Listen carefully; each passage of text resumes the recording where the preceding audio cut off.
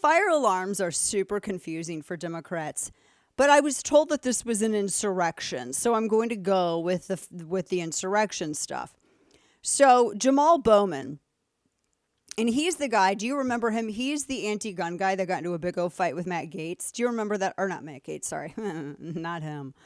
Thomas Massey on the floor as they were like walking through and they were casting their votes. He got into a big old fight with him. So Jamaal Bowman, he's very theatrical.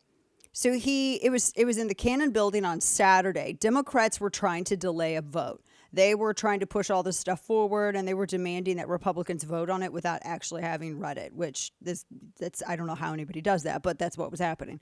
So I'm just going to tell you what I think he did. I think he pulled a damn fire alarm to try to disrupt the vote. That's what it was. That's an insurrection. Insurrection. Yep. I was told it's an insurrection. He's an insurrectionist. So everybody was working to avoid a government shutdown, and he decides, what can I do to create a distraction so they don't take this vote? So you have squad member Bowman.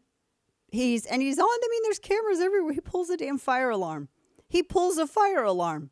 And do you know what his people told Axios later as to why he pulled the fire alarm? Because he thought it was going to open the door. I, too, also believe that pulling random fire alarms opens doors, Kane. What does he do if he can't get into his house because it's locked? Does he call 911? Hello, police. This is Representative Jamaal Bowman. I can't get into my house. Have you tried the garage door opener? I didn't even think of that. Do you have a key to access your home to unlock it? Oh, my gosh, yes, but... what does he do? Does he call 911? This is like the guy who goes to these great lengths over basic things. He tried to obstruct congressional business. There were people during J6 that were literally charged for that. They were literally charged for obstructing congressional business. It seems a little, how does one say, insurrection-y? Right? Do you know he's a principal or was a principal? Yeah. Do you know that? So it's not like he's unfamiliar with buildings that have fire alarms and stuff like that. So he's trying to sell this story about fire alarms. He knows what the hell a fire alarm is. He knows that a fire alarm is not going to open a door. Democrats were fighting this measure, and they wanted to blame Republicans. So they were saying, we need to reread this stuff. We need to reread some of this they had stuff that they had in their possession that they could have taken this entire time to read. Then you had the Democrat whip. They wanted to adjourn to give a whole day. Now, keep in mind, this was Saturday. The government shut down 12:01 a.m. The Democratic whip wanted to shut everything down, give everybody a day to read some more stuff. Democrats just wanted to stop it. So, thus, you have Jamaal Bowman pulling the fire alarm in the Cannon building.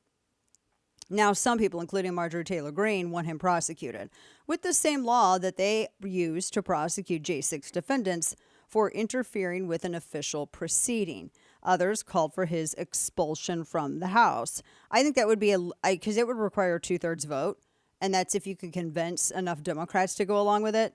And that would mean Democrats would literally have to vote to expel one of their own, which is never going to happen, much less in an election year. This guy's a member of the squad. They would bitch and moan for the next forever. Democrats just don't want to deal with the drama. Jamaal Bowman is a drama queen. He absolutely is. He is as dramatic as a high school girl having a tantrum in Claire's boutique because they don't have whatever she wants. That's what he is. He's a drama queen. I think he's one of those people. I have a group of people that I just mentally file away as not being serious lawmakers. And I have some Republicans in that list. And Jamaal Bowman is one of the Democrats that's on that list as well. And he knew exactly what the fire alarm was. He pulled it so he could create a distraction and delay the vote. That's exactly what this is. So I just think that he should face the same strict rules and penalties that Democrats made other people face when they were throwing out the obstruction of proceedings charge. That's exactly what it is. The other two. You have and looking at this, I mean, I've been, in the Capitol. I mean, I don't even know why the hell he even needs to open the damn door, because you can when you're on the chamber floor, you can go to the lower level, and there are a ton of tunnels that go to the different buildings from the Capitol, so lawmakers can just walk in the tunnels.